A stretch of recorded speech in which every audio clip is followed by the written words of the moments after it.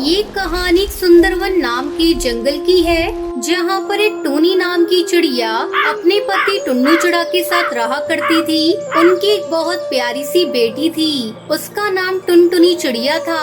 एक दिन टूनी चिड़िया की सौतेली बहन सुंदरी कौवी टूनी से मिलने के लिए आती है।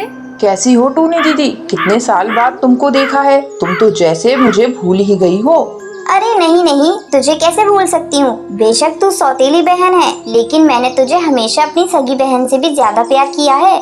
मुझे पता है दीदी कि आप मुझसे सगी बहन जैसा प्यार करती हो, तभी तो आज मुसीबत पड़ने पर मैं उड़ती उड़ती आपके घर चली आई। मुसीबत कैसी छोटी, पूरी बात बता, मेरा तो दिल बैठा जा रहा है। क्या बताऊं दीदी, मुझ पर तो बहुत बड़ी मुसीबत आ गई है। मेरा जो घोंसला था उसके ऊपर एक कौवे ने कब्जा कर लिया है। अब मेरे पास रहने के लिए कोई घर नहीं है और बारिश का मौसम भी आने वाला है, इसलिए मैं सर छुपाने के लिए आपके घोंसले में चली आई। देख छोटी, तुझे परेशान होने की बिल्कुल भी जरूरत नहीं है। अब से तू इस घर को ही अपना घर समझ, तू यहाँ पर बिल्कुल आराम से रह सकती है। टूनी चिड़िया स्वभाव से बहुत ही सीधी सादी थी, इसलिए वो सुंदरी के झूठे आंसू और उसकी चालाकी को समझ नहीं पाती है। कुछ ही दिनों के बाद टुन्नू जी, मैं देख रही हूँ कि आजकल आपका बाहर काम में मन नहीं लगता है। आप बस घर पर रुकने के बहाने ढूंढा करते हैं। अगर ऐसे ही चलता रहा तो घर का खर्च कैसे चलेगा? हमारी बेटी की स्कूल फीस और बाकी के खर्चों का क्या होगा? देखो टुनटुनी, मुझे सिखाने की जरूरत नहीं है। अरे मुझसे जितना हो सकता है मैं कर ही रहा हूँ। क्या बात है, आजकल आप बहुत उखड़े उखड़े रहते हो। कोई भी बात हो तो उल्टा जवाब देते हो। अगर कोई बात है तो आप मुझसे साफ साफ कहिए। अब तो ये लड़ाई उनकी रोज जैसी हो गई थी। टुन्नू और टूनी चिड़िया के रिश्ते में दरार सी आने लगी थी। ना जाने क्यों टुन्नू अब टूनी चिड़िया से उखड़ा सा रहता था। एक दिन टूनी चिड़िया नदी से पानी भरकर ला रही होती है, तभी उसे पेड़ के पीछे से टुन्नू के हंसने की आवाजें सुनाई पड़ती हैं। ये तो टुन्नू जी की आवाज है, लेकिन वो तो सुबह सुबह बोल कर गए थे कि आज कुछ काम है, जंगल के बाहर जाना है, तो लौटने में देरी हो जाएगी। आखिर माजरा क्या है, देखना ही पड़ेगा। ऐसा सोचकर टूनी चिड़िया पेड़ के पास पहुंच जाती है। वहाँ पर टुन्नू चिड़ा उसकी सौतेली बहन सुंदरी के साथ हंस रहा था। अरे टुन्नू जी और सुंदरी, आप दोनों यहाँ क्या कर रहे हो? सुंदरी, तुम तो सुबह से तबीयत खराब होने का बहाना बनाए बैठी थी, और आपको तो आज जंगल से बाहर काम से जाना था ना। ये सब चल क्या रहा है? अच्छा हुआ जो तुमने खुद अपनी आंखों से देख लिया। जो तुम्हें दिख रहा है वही सच है। अब मैं तुमसे नहीं सुंदरी से प्यार करता हूँ, और बहुत जल्द हम दोनों शादी करने वाले हैं। तुम जितना जल्दी हो सके ये घर छोड़कर जा सकती हो। ये आप क्या कह रहे हैं? कम से कम अपनी बेटी का तो सोचिए। सुंदरी, तू तो मेरी बहन है। मैंने बहन समझकर तुझ पर एहसान किया, और तू मेरा ही घर तोड़ने पर लगी है। अरे शर्म नहीं आई तुझको? अरे जाओ, मेरे मुंह लगने की कोई जरूरत नहीं। पहले अपना पति संभालो, फिर मुझे ज्ञान देना। तुम्हारी जैसी बदसूरत चिड़िया के साथ टुन्नू जी ने पता नहीं कैसे इतने साल बिता लिए। बेचारी टूनी चिड़िया के पैरों के नीचे से तो जैसे जमीन ही निकल जाती है। वो रोते रोते अपने घर आती है। बेटी टुनटुनी, अब तुम्हें और मुझे ये घर छोड़कर यहाँ से जाना होगा। तुम्हारे पापा और सुंदरी मौसी शादी कर रहे हैं। ये कैसी बातें कर रही हो माँ? ऐसा कैसे हो सकता है? क्या पापा हमें इस घर से निकाल रहे हैं? लेकिन वो तो मुझसे बहुत प्यार करते हैं। वो तो मेरे बिना रह भी नहीं सकते। अब तुम्हारे पापा पहले जैसे नहीं रहे बेटा। अब उन्हें सुंदरी के आगे अपनी बेटी और परिवार कुछ भी नजर नहीं आ रहा है। देख टूनी, जल्दी से जल्दी अपना और अपनी बेटी का सामान लेकर इस घर से बाहर निकल जा। अब मैं तुम दोनों को इस घर में एक मिनट भी बर्दाश्त नहीं कर सकती। सुंदरी की बात सुनकर टूनी चिड़िया अपनी बेटी टुनटुनी को वहाँ से लेकर निकल जाती है। रास्ते में माँ, मुझे ऐसा लगता है कि हमें घोंसला छोड़कर नहीं आना चाहिए था। मेरे पास एक योजना है।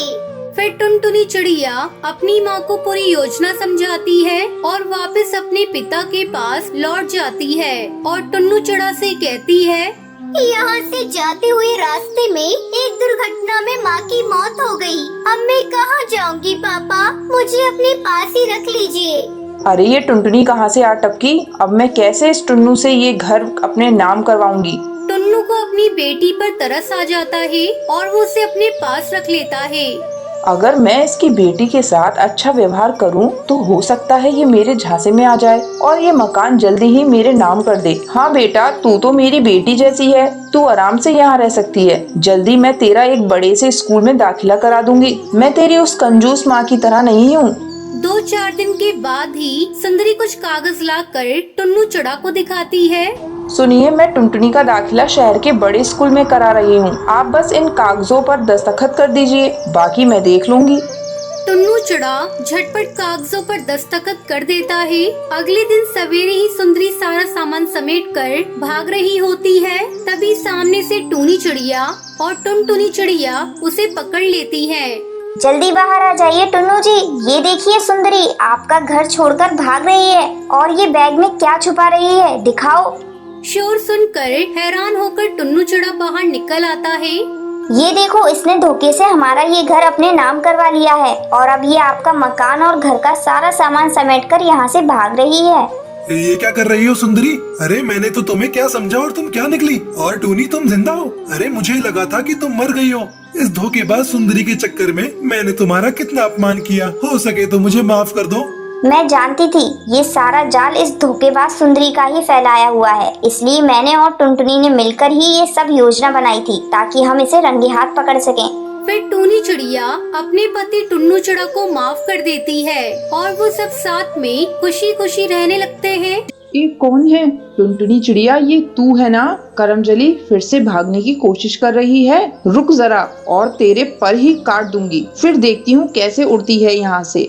टुनटुनी चिड़िया जानती थी कि अनाथालय की केयर टेकर सुंदरी कौवी जो कह रही थी वो कर भी सकती थी और ये टुनटुनी चिड़िया के पास आखिरी मौका था, इसलिए वो फौरन उठी और उड़ने लगी। गिरने की वजह से उसके पर में चोट लगी थी, लेकिन आराम से ज्यादा वहाँ से उड़ना जरूरी था टुनटुनी चिड़िया के लिए। ए टुनटुनी चिड़िया, रुक जा, नहीं तो मुझसे बुरा कोई नहीं होगा।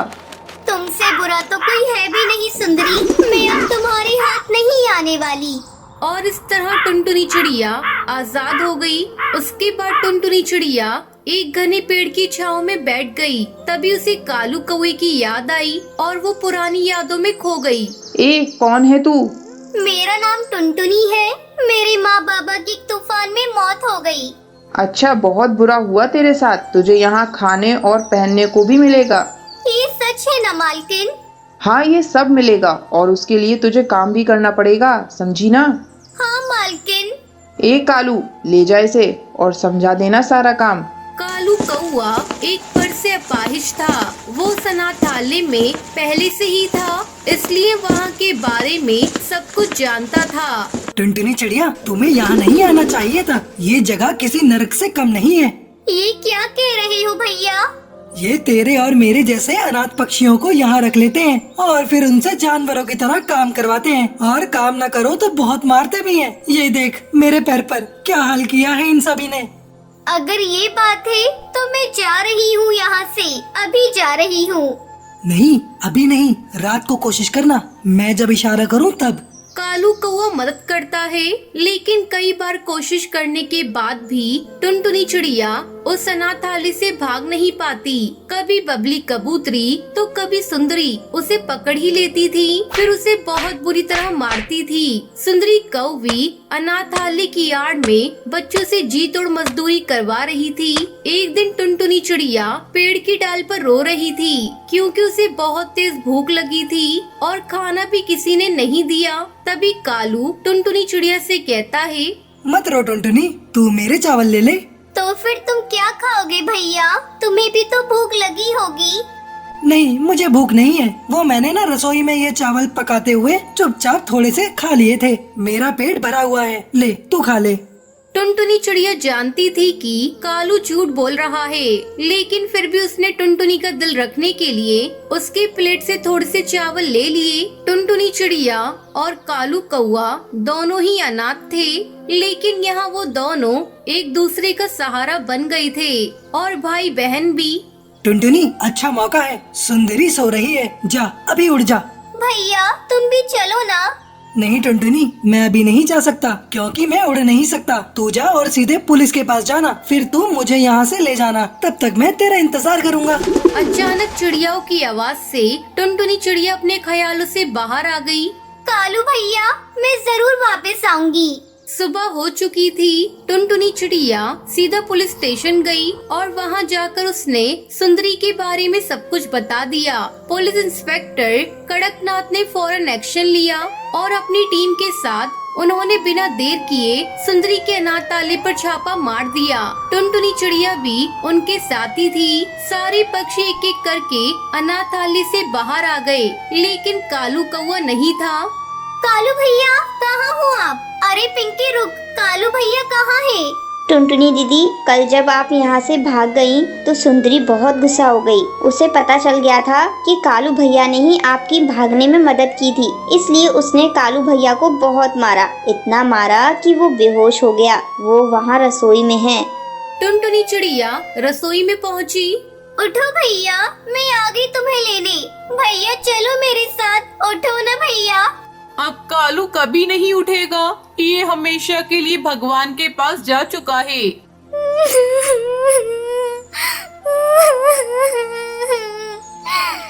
उस दिन टुनटुनी चिड़िया इतना रोई जितना शायद अपने माँ बाप की मौत पर भी नहीं रोई थी।